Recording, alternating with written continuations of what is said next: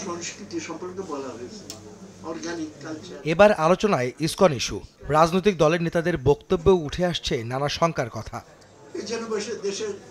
বৃহস্পতিবার জাতীয় প্রেস ক্লাবে এক সেমিনারে গণতন্ত্র মঞ্চের নেতারা বলেন, বর্তমান সরকার ও রাষ্ট্রকে ব্যর্থ করতে পতিত স্বৈরাচার দেশি বিদেশি দোসরদের নিয়ে এখনো অপচেষ্টা চালিয়ে যাচ্ছে। পতিত ফ্যাসিস্টরা এবং তাদের দেশি বিদেশি দোসররা প্রতি মুহূর্তেই এই অভ্যুত্থানকে ব্যর্থ করা, অভ্যুত্থানের উপর দাঁড়িয়ে থাকা যে অন্তর্বর্তী সরকার তাকে ব্যর্থ করার চেষ্টা করছে। ইসকনের ব্যানারে যেভাবে এটা করা হয়েছে, সরাসরি বলা যায় যে এইখানে হিন্দু সম্প্রদায়ের মানুষের উপরে আক্রমণ করার জন্য একটা উস্কানি দেওয়া হয়েছে। যেটা একটা উস্কানি ছিল, একটা ধর্মের নামে, সম্প্রদায়ের নামে একটা ধর্মীয় দাঙ্গা বাঁধানোর জন্য, যেখানে অনেকে অপেক্ষা করছিল যে এর মধ্য দিয়ে প্রতি অভ্যুত্থানের একটা তৎপরতা জারি রাখা যায় কিনা।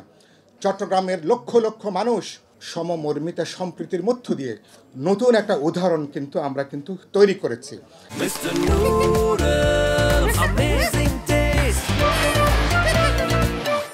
অনুষ্ঠানে বিএনপি মহাসচিব বলেন, ইসকন ইস্যুতে বিভাজন তৈরি করে পরিকল্পিতভাবে দেশকে অস্থিতিশীল করার ষড়যন্ত্র চলছে।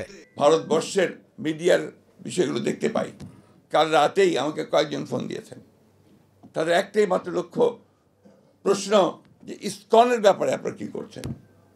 এই প্রশ্নটা অত্যন্ত একেবারেই আপনার উদ্দেশ্য প্রণোদিত একটা অবস্থা তারা তৈরি করতে চায়।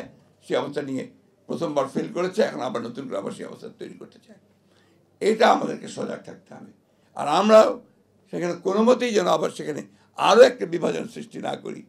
এখন যেটা এই মুহূর্তে যেটা প্রয়োজন, সবাইকে শান্ত থেকে বিষয়গুলোকে অনুধাবন করে আমাদের ধীরে ধীরে এগিয়ে যাওয়া এবং সবাইকে সঙ্গে নিয়ে সামনের দিকে আগানো। সবাইকে সতর্ক থেকে ফ্যাসিস্ট সরকারের ফিরে আসার চেষ্টা প্রতিহতের তাগিদ দেন মির্জা ফখরুল। আমরা কেন এখানে বিভাজন সৃষ্টি করছি? আজকে বিভিন্ন জায়গায় বিভিন্ন কথা শুনলে রীতিমতো ভয় হয় যে আজকে আমরা এই সময় এখনই এটাকে আমরা পুরো আন্দোলনকে একটা ভিন্ন দিকে নেওয়ার চেষ্টা করছি।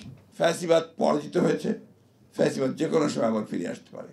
কারণ আমরা সেই রাস্তা যেন তৈরি করে না দিই। আমরা এমন কিছু করব না, এমন কোনো হঠকারিতা করব না যে হঠকারিতার মধ্য দিয়ে আমরা আবার অন্ধকারের মধ্যে চলে যাব। দেশ বিরোধী ষড়যন্ত্র মোকাবেলায় জাতীয় ঐক্যের ডাক দেন বিএনপি মহাসচিব। দেখতে পাই। আহমেদ সালেহীন, সময় সংবাদ, ঢাকা।